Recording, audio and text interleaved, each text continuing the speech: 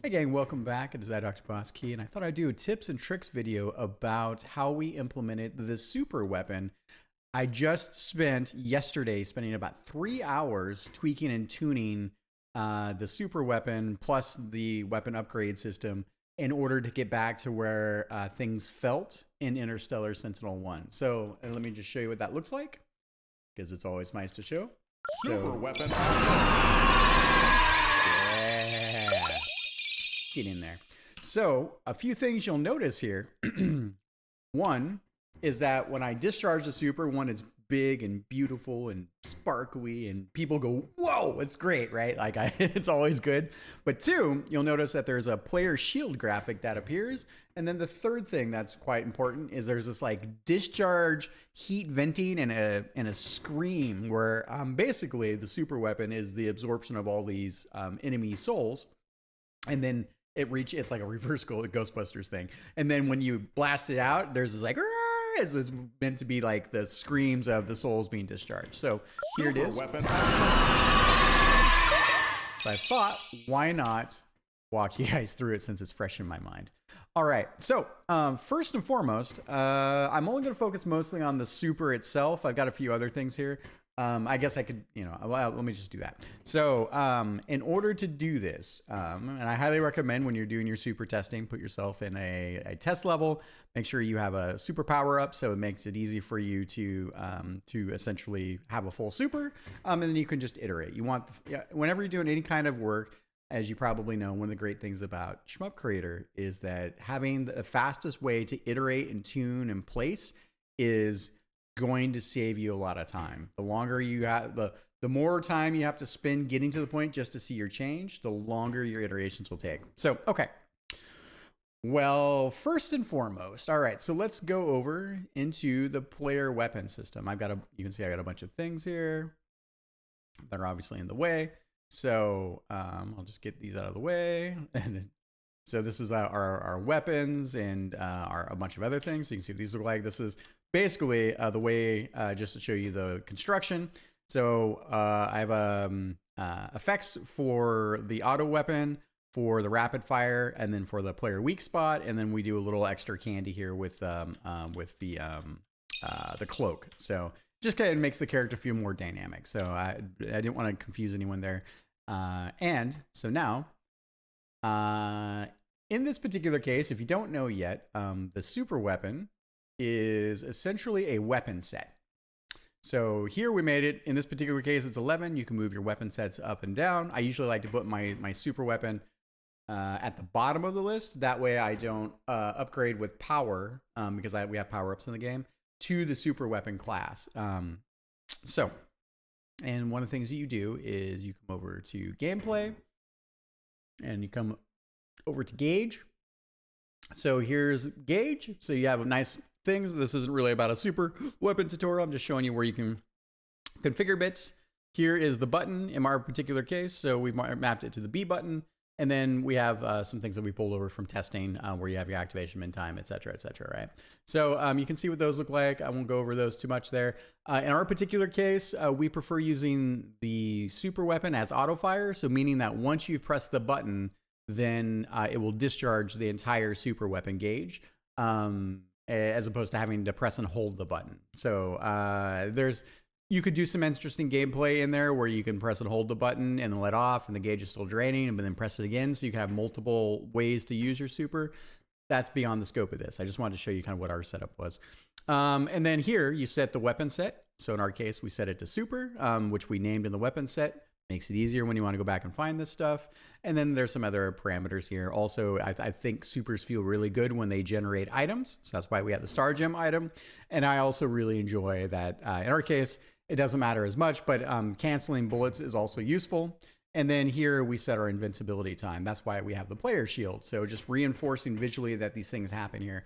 The only way you can tell players, but the best language of gameplay and game design is being able to give visual clues as to what's going on. So as players get more and more comfortable with your systems, they can see those visual clues and then be able to infer more of what's happening. So by putting a big shield graphic around the player, during and after they've discharged the super, and then time it to about 3 seconds. That gives players confidence that they're invulnerable for that period of time, or that their shield takes damage, depending on how you look at it.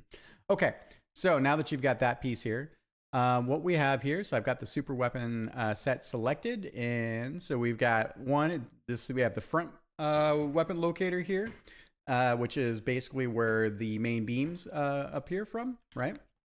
And then we have this item in the back, so we have this one doesn't matter as much, so but we have 2 other weapon locators that are all part of this thing. So, and I'll show you what those do. All right, here comes the secret sauce. So so this is the front weapon locator. So nice little pro tip for you guys out there. So if you come to different weapon sets and you select them and you're like, oh, what was this weapon here? The Missile 01, right? Because you can tell we have a lot of that's a lot of weapons in a weapon set, right? And so if you close out of the editor, that will actually be the weapon locator that is selected. Super helpful when you're trying to iterate again on positioning the weapon locator. Very, very helpful because how you position weapon locators makes it's important. So all right, so coming back to this. So we have the super spread itself, which I already showed you. And here, basically, I can show you what our bits are.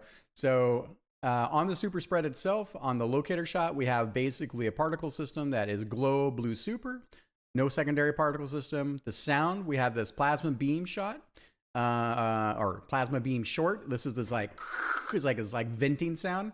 We added a lot more pitch. I want more warble for that. So it's lower on the pitch. I wanted to bring it down from where the regular cycle was.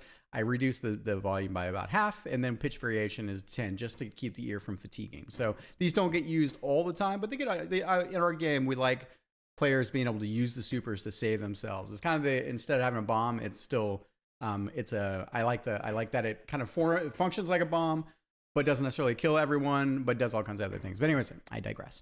So, and then on the particle system, we have a glow super weapon. I'll show you what that looks like. And then on the bullet impact, we have sparks impact. So that's pretty sweet.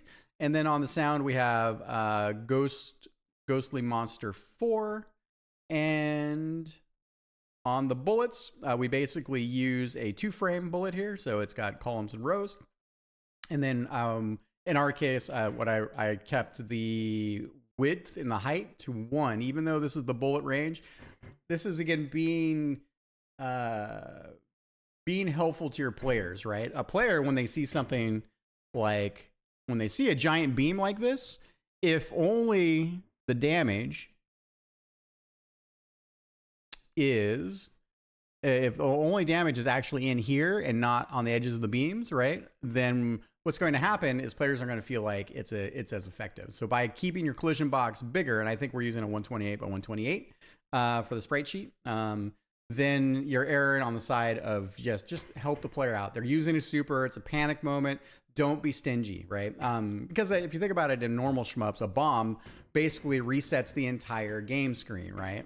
And the super in our case kind of functions like that. So a little bit of a tip there.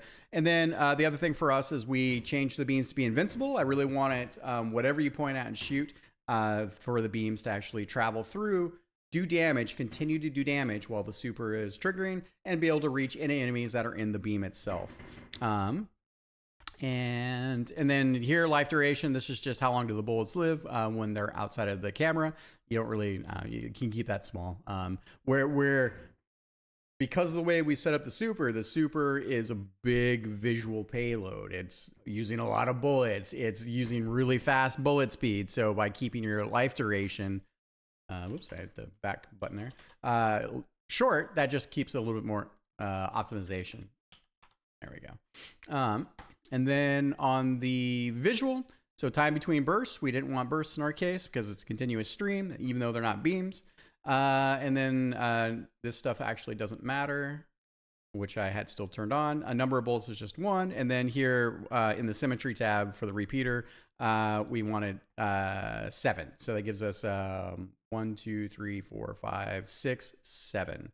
So 7 beams. I really like the idea that this thing is also a crazy shotgun if you point blank enemies. That's the design for it.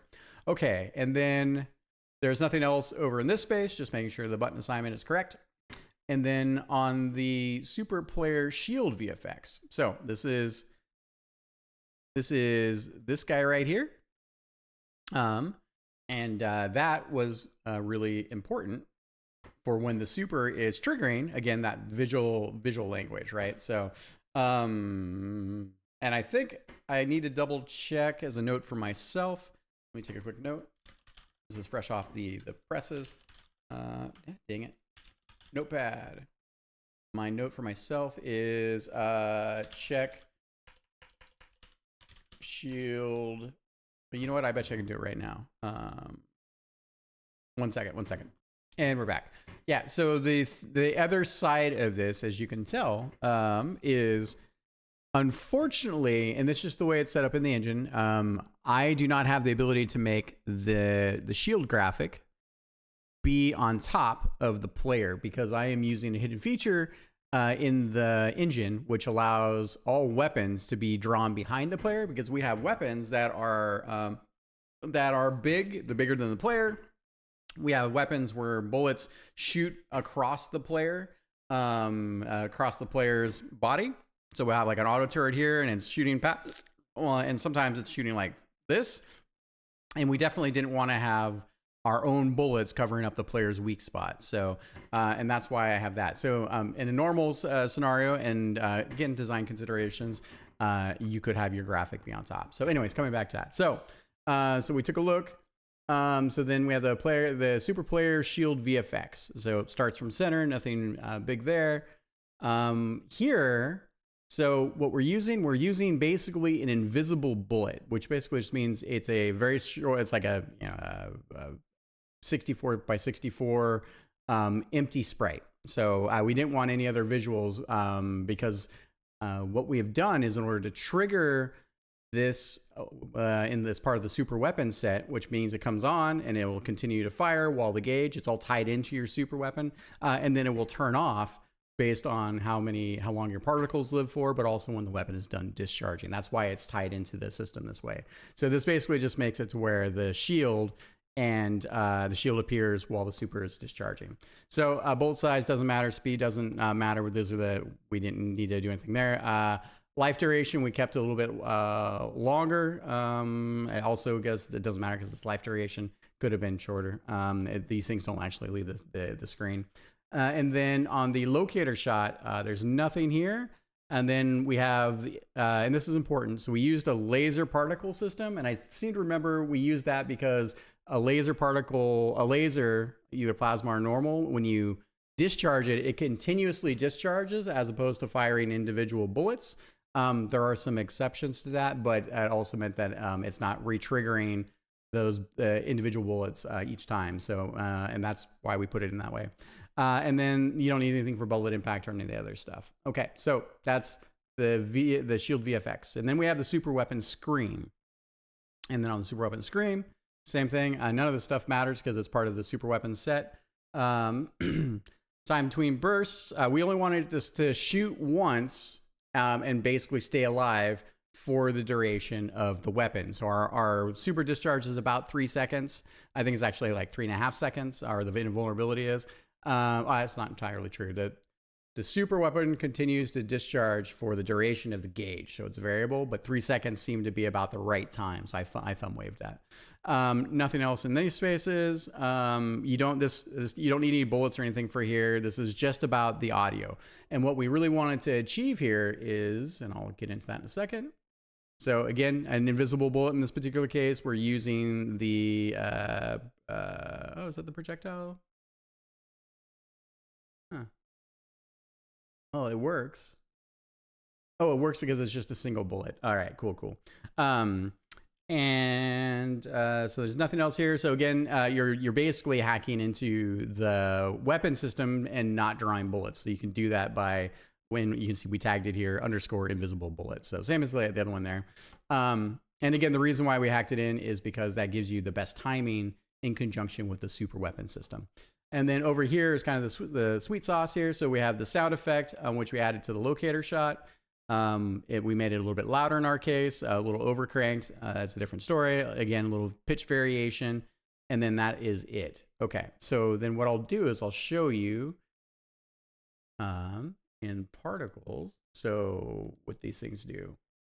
And again, the solve there by having the audio as a dummy weapon was to create the concept that while the super is discharging, that you have the throughout the duration of the super. And if we do it with normal bullets, basically they rapid fire, or you have a single bullet, I guess that could be a thing. But we didn't want to re-trigger that scream every time we were shooting the super, because the super is built from individual bullets that are shooting, right? So we have a really high rate of fire of the bullets, like all that good stuff, right? Because we wanted the other benefits of that, and because the other side of it too is that we turned it into lasers.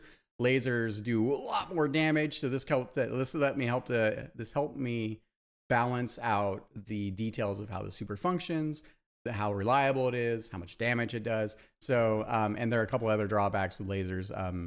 But anyways, that's not about that. So that's just the reason why we came to this point. Okay. So then in particles, you basically need,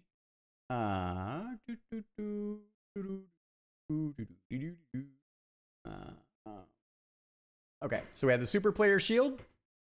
In our particular case, we in the particle side of things, so we basically set the particles. We only needed 3. It's an optimization. The main animation of the particle, the main animation here, this is frame animation. So, and that's where all the animation comes from. So it's constant, it's infinite. The emission rate is 1, and then nothing else in here. And then the player shield itself, so it's 4 column by 2 rows. And we also really wanted, because the super, we wanted to be like super bright and, big, larger than life. We wanted to surprise and delight people. And one of the things you can do to do that is, as you can see here real quick. So we set the duration is to 1 second. Again, it didn't need to last too long. We basically trigger these things every second, and then it mostly dies out very close to the invulnerability window. And we set the size, life min, life max. And then I'll show you this other feature that a lot of people don't know about. So if I come over here and go into assets, go particles, is it shield? Is it player? Is it super? I forget what I name it. Super. Here we go. So there we go.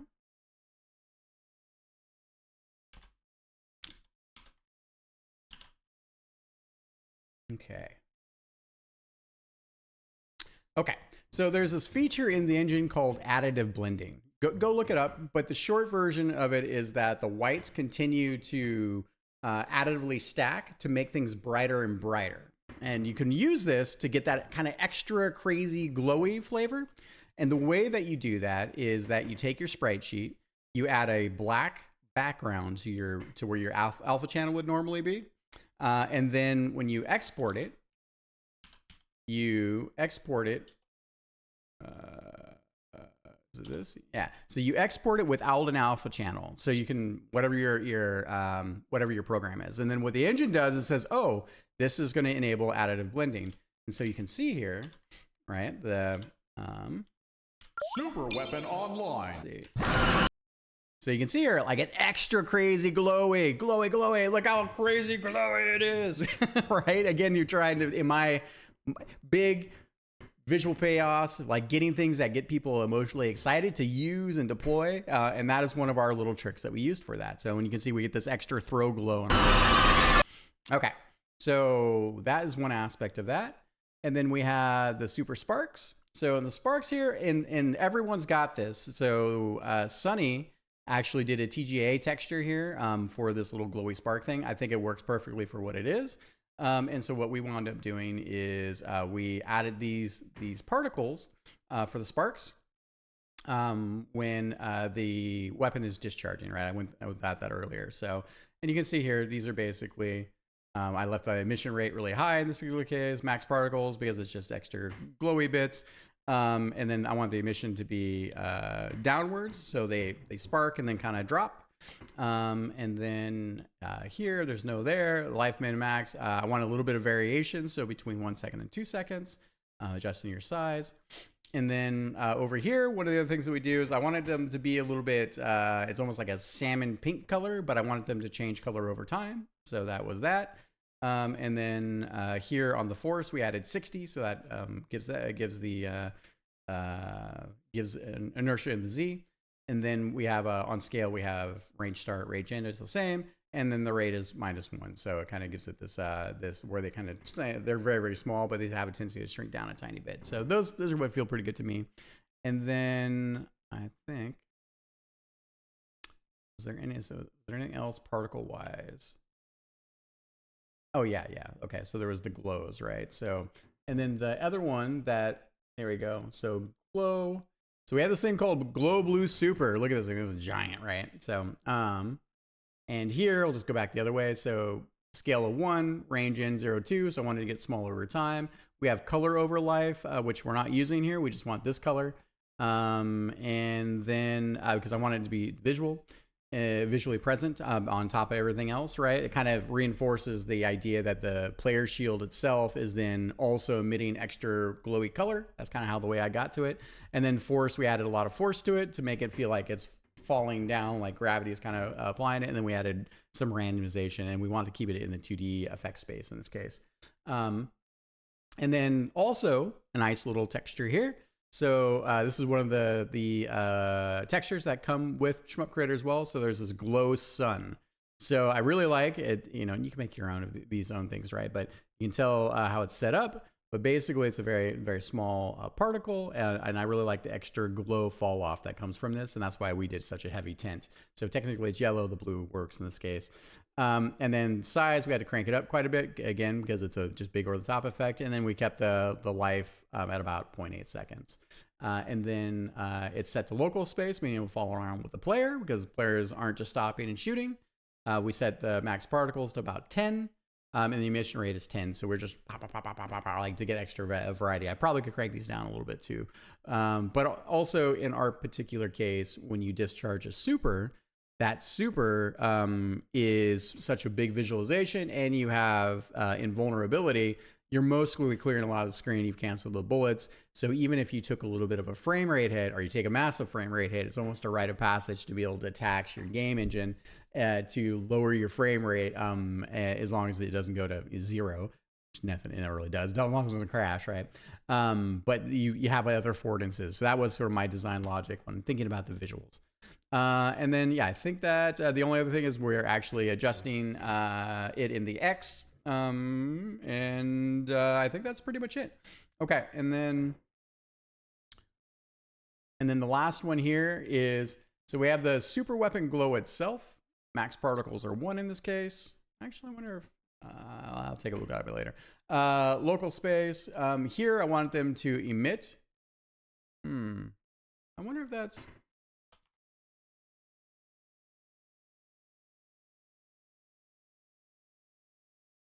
Let's try that. Let's just take a look, shall we? Super weapon. I gotta watch out because of the super weapon online. Yeah, so you have these leftover sparks that come from that. Super weapon online. And then we have the sparkies that come from the star gems. I don't think it actually matters that much. I need to come back and take a look at that. Anyways, I digress. So, and here, so the glow sun we're using again, very short life variety. And then here we have a scale modifier where we start large and then we end low, and then we have a pretty high rate. So as you can see, these kind of shoot out and then they wind up disappearing. So I still might do another rinse and wash tuning this 2D effect, and then you can see what's going on there. And I think that is everything. So it's convoluted. It's complicated. There might be other ways to do it now with attaching effects emitters to the player. But again, I think the big thing here was the timing of how it all comes together and to be reliable. So that is how I wound up doing it. I hope this is valuable for some folks out there. If you've gotten this far in the video, thanks for being here. Thanks for being part of the Shmup Creator community. Thanks for all your creations. We definitely appreciate you. We're listening, and we're excited about the future. Talk to you all soon.